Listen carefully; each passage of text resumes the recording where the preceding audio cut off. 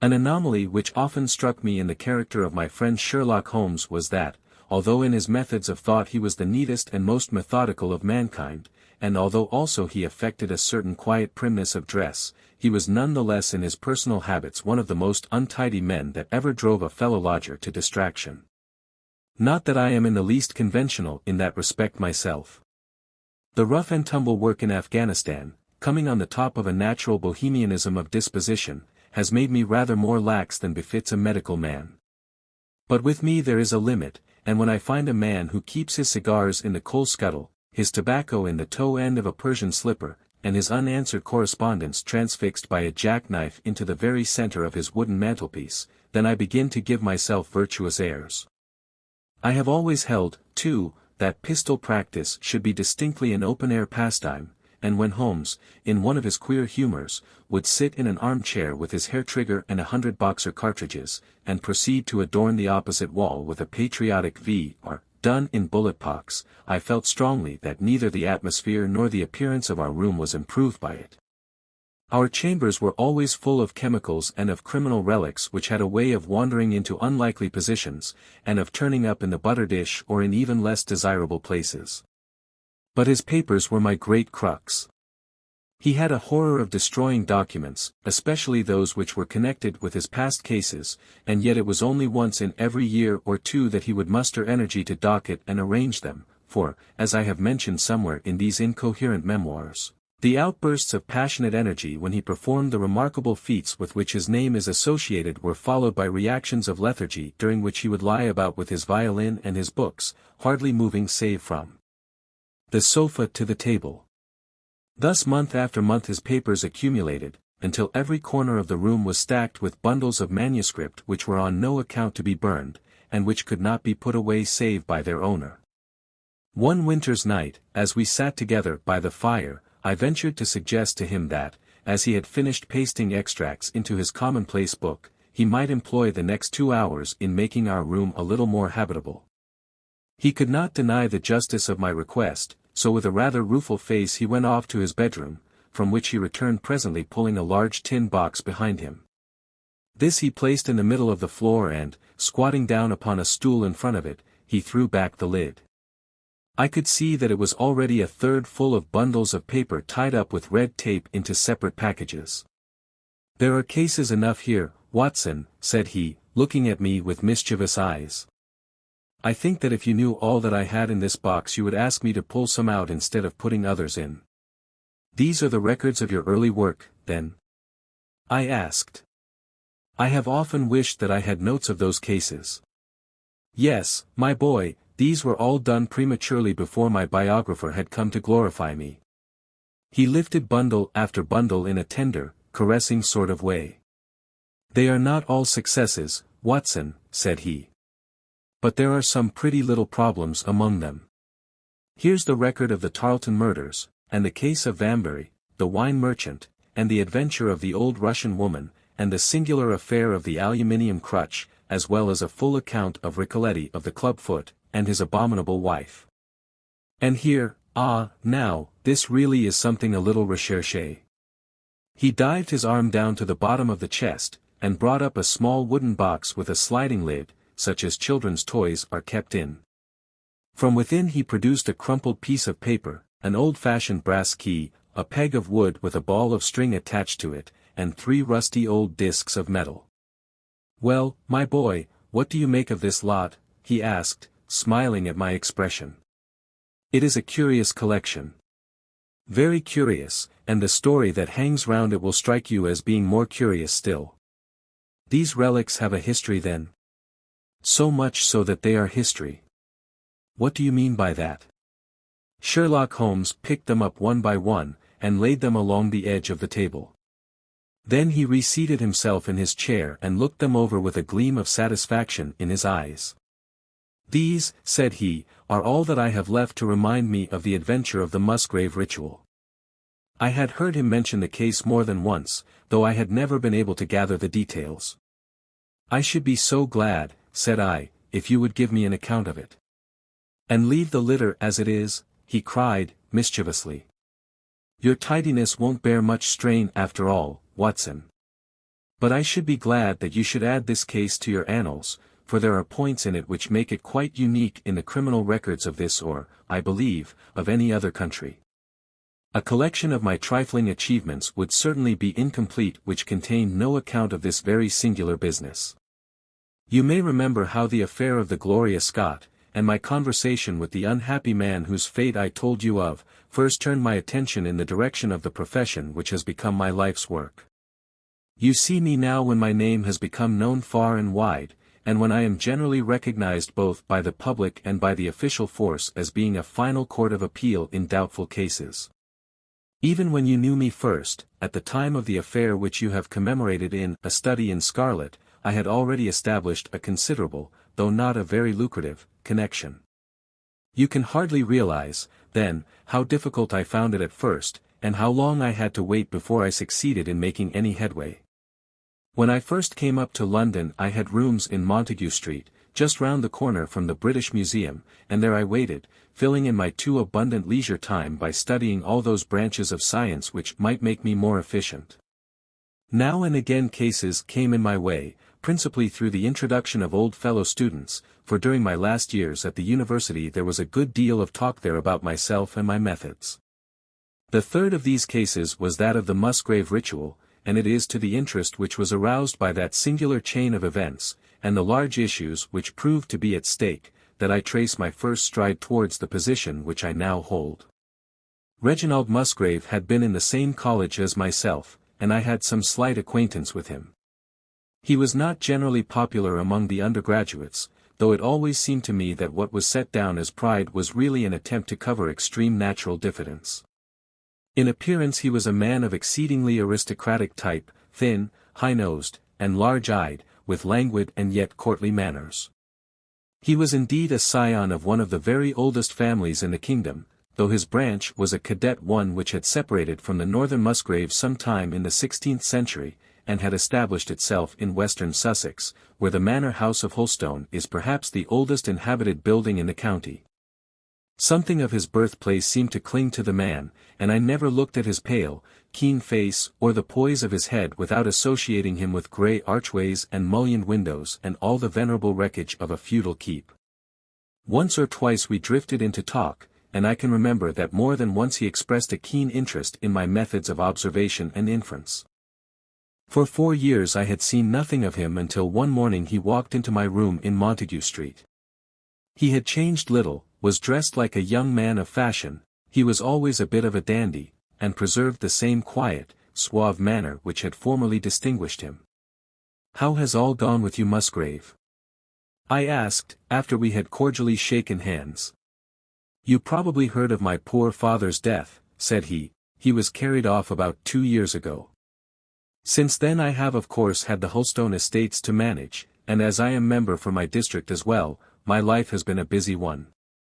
But I understand, Holmes, that you are turning to practical ends those powers with which you used to amaze us?" "Yes," said I have taken to living by my wits." "I am delighted to hear it, for your advice at present would be exceedingly valuable to me. We have had some very strange doings at Holstone, and the police have been able to throw no light upon the matter. It is really the most extraordinary and inexplicable business. You can imagine with what eagerness I listened to him, Watson, for the very chance for which I had been panting during all those months of inaction seemed to have come within my reach. In my inmost heart I believed that I could succeed where others failed, and now I had the opportunity to test myself. "Pray, let me have the details," I cried. Reginald Musgrave sat down opposite to me, and lit the cigarette which I had pushed towards him. "You must know," said he, "that though I am a bachelor, I have to keep up a considerable staff of servants at Holstone, for it is a rambling old place, and takes a good deal of looking after. I preserve, too, and in the pheasant months I usually have a house party, so that it would not do to be short-handed. Altogether there are 8 maids, the cook, the butler, 2 footmen, and a boy. The garden and the stables of course have a separate staff. Of these servants the one who had been longest in our service was Brunton the butler.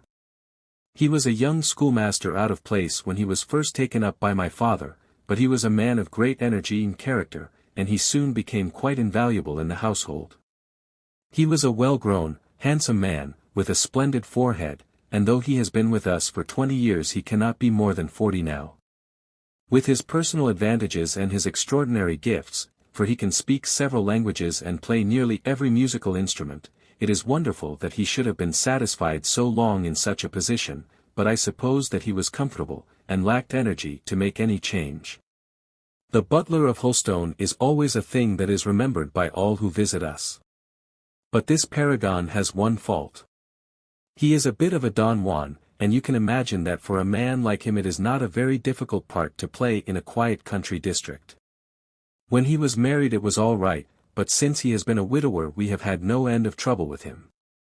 A few months ago we were in hopes that he was about to settle down again, for he became engaged to Rachel Howells, our second housemaid, but he has thrown her over since then and taken up with Janet Tregellis, the daughter of the head gamekeeper.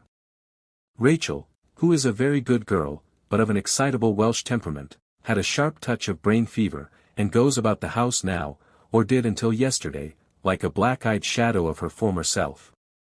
That was our first drama at Holstone, but a second one came to drive it from our minds, and it was prefaced by the disgrace and dismissal of Butler Brunton. This was how it came about. I have said that the man was intelligent, and this very intelligence has caused his ruin, for it seems to have led to an insatiable curiosity about things which did not in the least concern him. I had no idea of the lengths to which this would carry him, until the merest accident opened my eyes to it.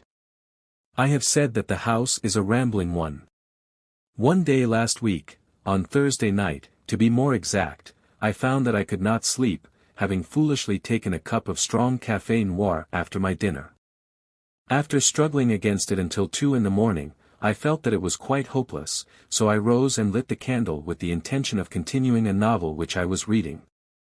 The book, however, had been left in the billiard room, so I pulled on my dressing gown and started off to get it.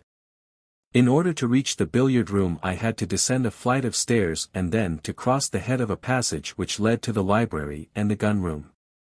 You can imagine my surprise when, as I looked down this corridor, I saw a glimmer of light coming from the open door of the library. I had myself extinguished the lamp and closed the door before coming to bed. Naturally my first thought was of burglars. The corridors at Holstone have their walls largely decorated with trophies of old weapons. From one of these I picked a battle-axe, and then, leaving my candle behind me, I crept on tiptoe down the passage and peeped in at the open door. Brunton, the butler, was in the library. He was sitting, fully dressed, in an easy chair, with a slip of paper which looked like a map upon his knee, and his forehead sunk forward upon his hand in deep thought. I stood dumb with astonishment, watching him from the darkness. A small taper on the edge of the table shed a feeble light which sufficed to show me that he was fully dressed. Suddenly, as I looked, he rose from his chair, and walking over to a bureau at the side, he unlocked it and drew out one of the drawers. From this he took a paper, and returning to his seat he flattened it out beside the taper on the edge of the table, and began to study it with minute attention. My indignation at this calm examination of our family documents overcame me so far that I took a step forward, and Brunton, looking up, saw me standing in the doorway. He sprang to his feet, his face turned livid with fear, and he thrust into his breast the chart-like paper which he had been originally studying. "So," said I, "this is how you repay the trust which we have reposed in you. You will leave my service tomorrow." He bowed with the look of a man who is utterly crushed, and slunk past me without a word. The taper was still on the table, and by its light I glanced to see what the paper was which Brunton had taken from the bureau. To my surprise it was nothing of any importance at all, but simply a copy of the questions and answers in the singular old observance called the Musgrave ritual. It is a sort of ceremony peculiar to our family, which each Musgrave for centuries past has gone through on his coming of age, a thing of private interest and perhaps of some little importance to the archaeologist, like our own blazonings and charges, but of no practical use whatever. "We had better come back to the paper afterwards," said I. "If you think it really necessary," he answered, with some hesitation.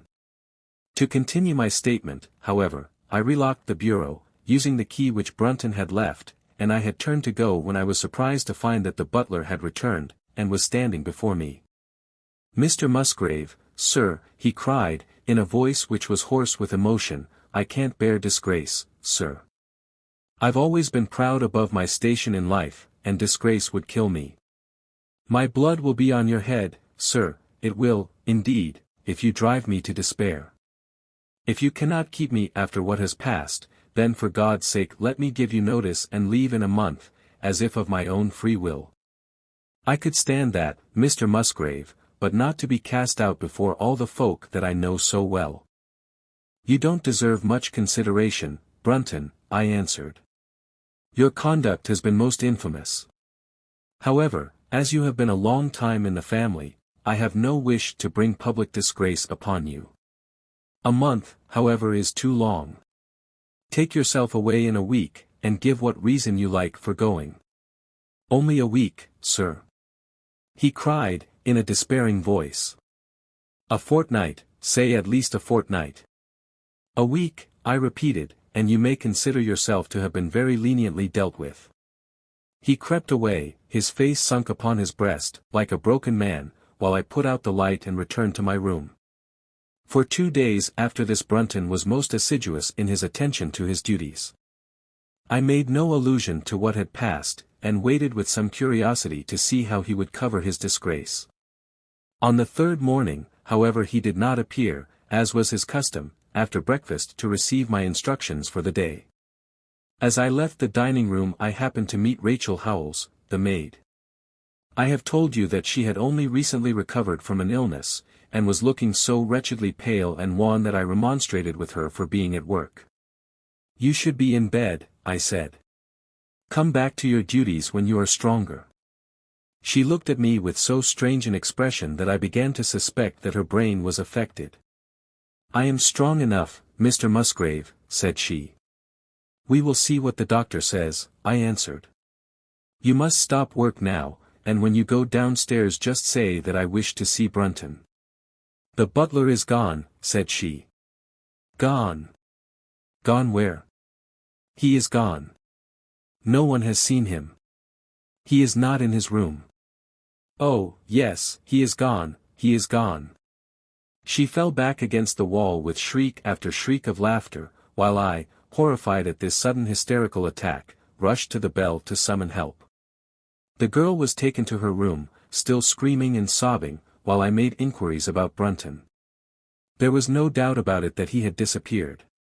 His bed had not been slept in, he had been seen by no one since he had retired to his room the night before, and yet it was difficult to see how he could have left the house, as both windows and doors were found to be fastened in the morning.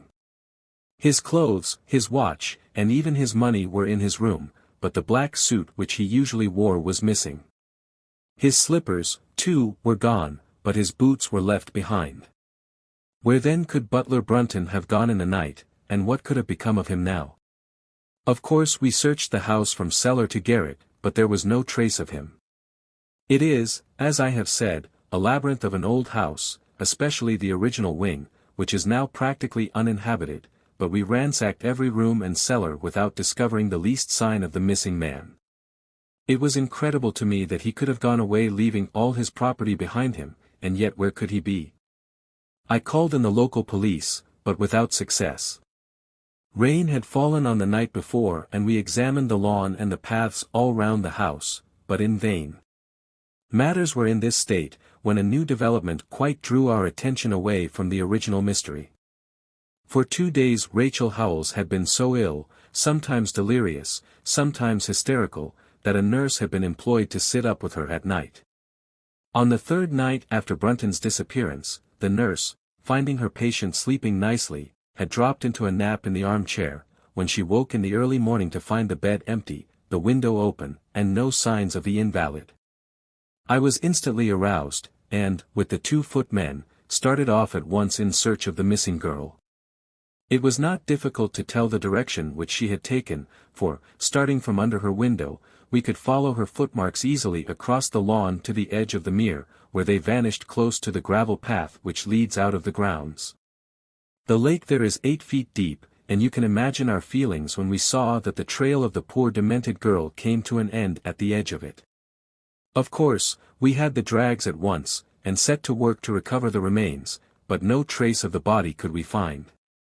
On the other hand, we brought to the surface an object of a most unexpected kind. It was a linen bag which contained within it a mass of old rusted and discolored metal and several dull-colored pieces of pebble or glass. This strange find was all that we could get from the mere, and, although we made every possible search and inquiry yesterday, we know nothing of the fate either of Rachel Howells or of Richard Brunton. The county police are at their wits' end, and I have come up to you as a last resource.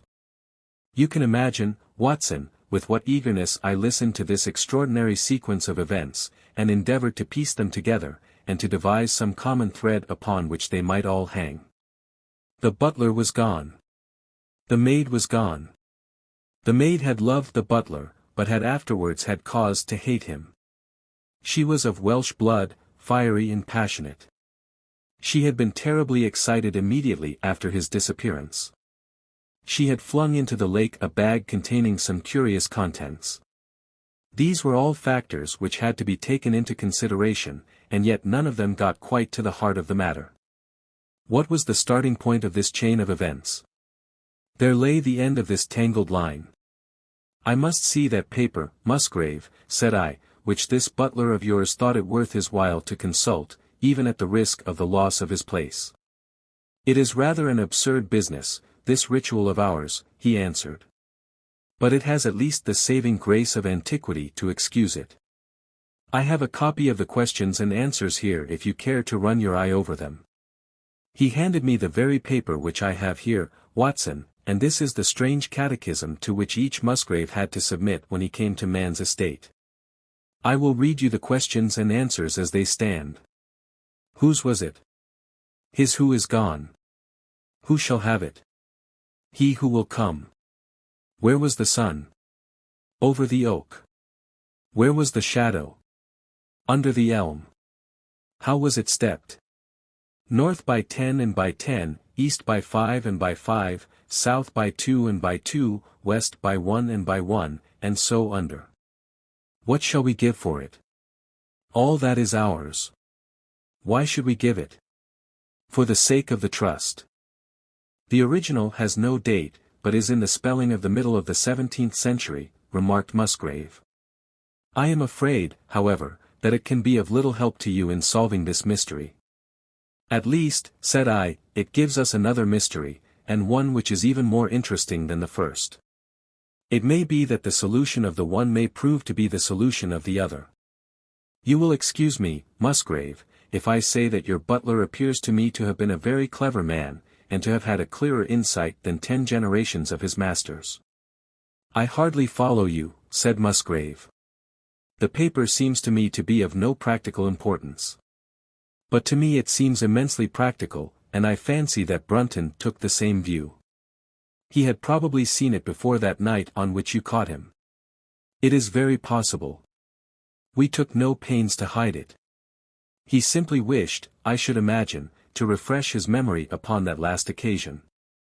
He had, as I understand, some sort of map or chart which he was comparing with the manuscript, and which he thrust into his pocket when you appeared. That is true.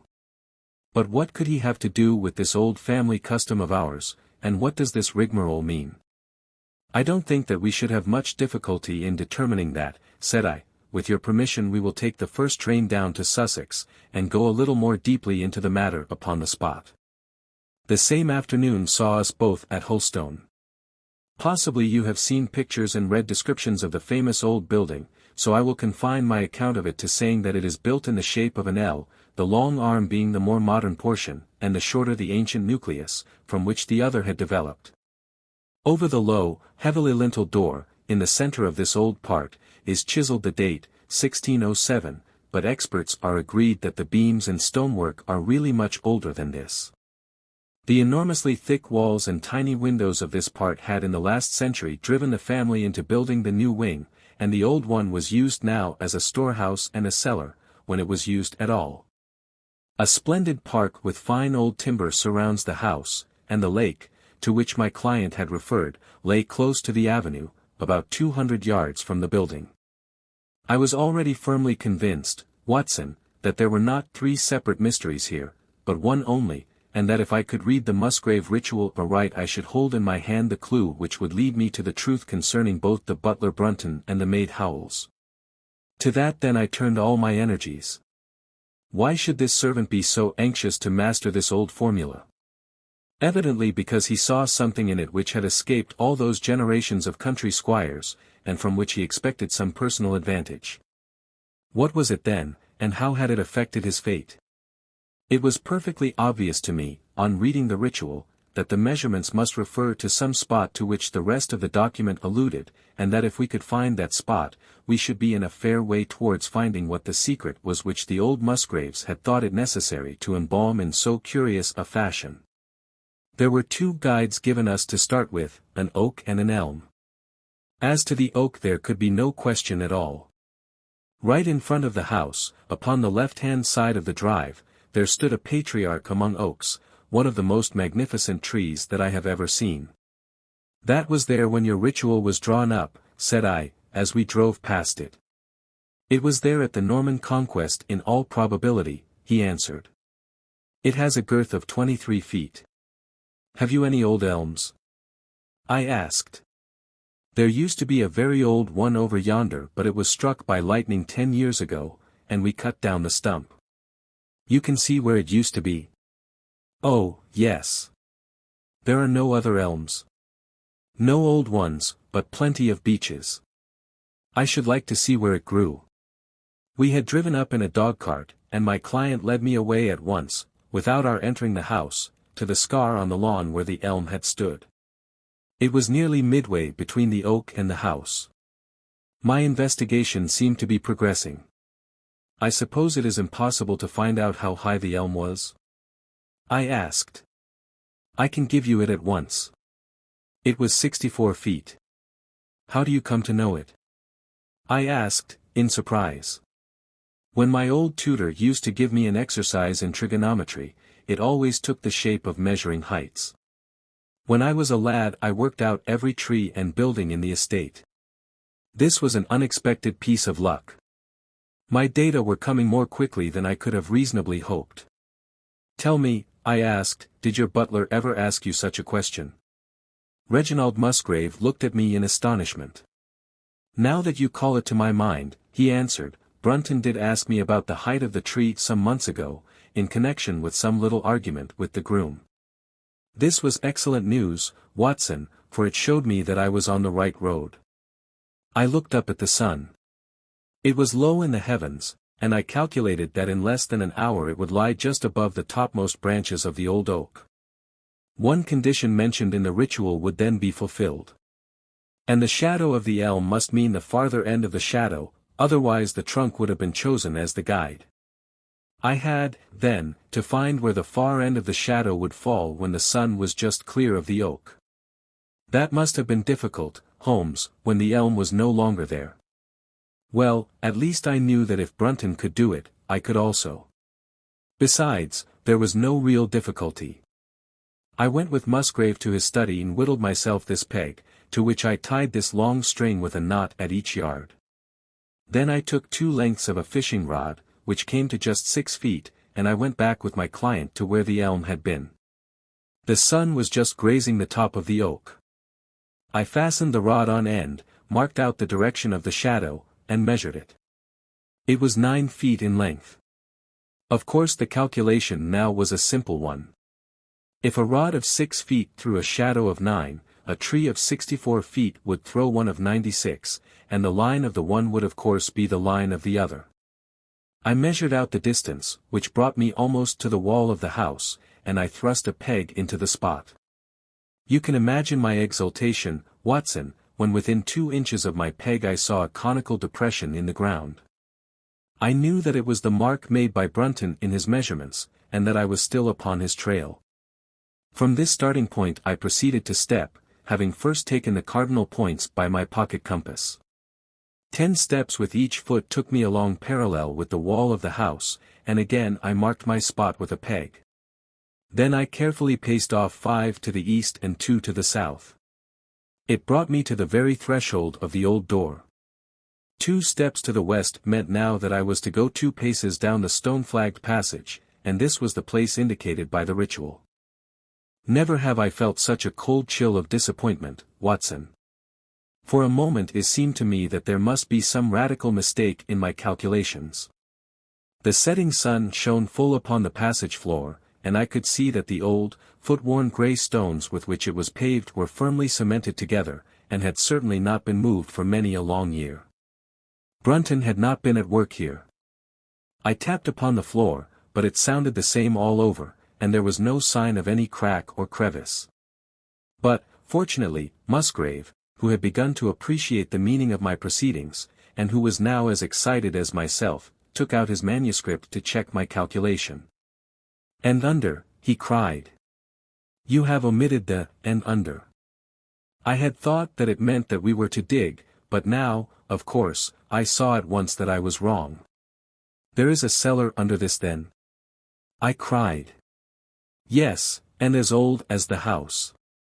Down here, through this door." We went down a winding stone stair, and my companion, striking a match, lit a large lantern which stood on a barrel in the corner. In an instant it was obvious that we had at last come upon the true place, and that we had not been the only people to visit the spot recently. It had been used for the storage of wood, but the billets, which had evidently been littered over the floor, were now piled at the sides, so as to leave a clear space in the middle. In this space lay a large and heavy flagstone with a rusted iron ring in the center to which a thick shepherd's check muffler was attached. "By Jove!" cried my client. "That's Brunton's muffler. I have seen it on him, and could swear to it. What has the villain been doing here?" At my suggestion a couple of the county police were summoned to be present, and I then endeavored to raise the stone by pulling on the cravat. I could only move it slightly, and it was with the aid of one of the constables that I succeeded at last in carrying it to one side. A black hole yawned beneath into which we all peered, while Musgrave, kneeling at the side, pushed down the lantern. A small chamber about 7 feet deep and 4 feet square lay open to us. At one side of this was a squat, brass-bound wooden box, the lid of which was hinged upwards, with this curious old-fashioned key projecting from the lock. It was furred outside by a thick layer of dust, and damp and worms had eaten through the wood, so that a crop of livid fungi was growing on the inside of it. Several discs of metal, old coins apparently, such as I hold here, were scattered over the bottom of the box, but it contained nothing else. At the moment, however, we had no thought for the old chest, for our eyes were riveted upon that which crouched beside it. It was the figure of a man, clad in a suit of black, who squatted down upon his hams with his forehead sunk upon the edge of the box and his 2 arms thrown out on each side of it. The attitude had drawn all the stagnant blood to the face, and no man could have recognized that distorted liver-colored countenance, but his height, his dress, and his hair were all sufficient to show my client, when we had drawn the body up, that it was indeed his missing butler. He had been dead some days, but there was no wound or bruise upon his person to show how he had met his dreadful end. When his body had been carried from the cellar we found ourselves still confronted with a problem which was almost as formidable as that with which we had started. I confess that so far, Watson, I had been disappointed in my investigation. I had reckoned upon solving the matter when once I had found the place referred to in the ritual, but now I was there, and was apparently as far as ever from knowing what it was which the family had concealed with such elaborate precautions. It is true that I had thrown a light upon the fate of Brunton, but now I had to ascertain how that fate had come upon him, and what part had been played in the matter by the woman who had disappeared. I sat down upon a keg in the corner and thought the whole matter carefully over. You know my methods in such cases, Watson. I put myself in the man's place and, having first gauged his intelligence, I try to imagine how I should myself have proceeded under the same circumstances. In this case the matter was simplified by Brunton's intelligence being quite first-rate, so that it was unnecessary to make any allowance for the personal equation, as the astronomers have dubbed it. He knew that something valuable was concealed. He had spotted the place. He found that the stone which covered it was just too heavy for a man to move unaided. What would he do next? He could not get help from outside, even if he had someone whom he could trust, without the unbarring of doors and considerable risk of detection. It was better, if he could, to have his helpmate inside the house. But whom could he ask? This girl had been devoted to him. A man always finds it hard to realize that he may have finally lost a woman's love, however badly he may have treated her. He would try by a few attentions to make his peace with the girl Howells, and then would engage her as his accomplice. Together they would come at night to the cellar, and their united force would suffice to raise the stone. So far I could follow their actions as if I had actually seen them. But for two of them, and one a woman, it must have been heavy work the raising of that stone. A burly Sussex policeman and I had found it no light job. What would they do to assist them? Probably what I should have done myself. I rose and examined carefully the different billets of wood which were scattered round the floor. Almost at once I came upon what I expected. One piece, about 3 feet in length, had a very marked indentation at one end, while several were flattened at the sides as if they had been compressed by some considerable weight. Evidently, as they had dragged the stone up they had thrust the chunks of wood into the chink, until at last, when the opening was large enough to crawl through, they would hold it open by a billet placed lengthwise, which might very well become indented at the lower end, since the whole weight of the stone would press it down on to the edge of this other slab. So far I was still on safe ground. And now how was I to proceed to reconstruct this midnight drama? Clearly, only one could fit into the hole, and that one was Brunton. The girl must have waited above. Brunton then unlocked the box, handed up the contents presumably, since they were not to be found, and then what happened? What smouldering fire of vengeance had suddenly sprung into flame in this passionate Celtic woman's soul when she saw the man who had wronged her, perhaps, far more than we suspected, in her power? Was it a chance that the wood had slipped, and that the stone had shut Brunton into what had become his sepulchre? Had she only been guilty of silence as to his fate?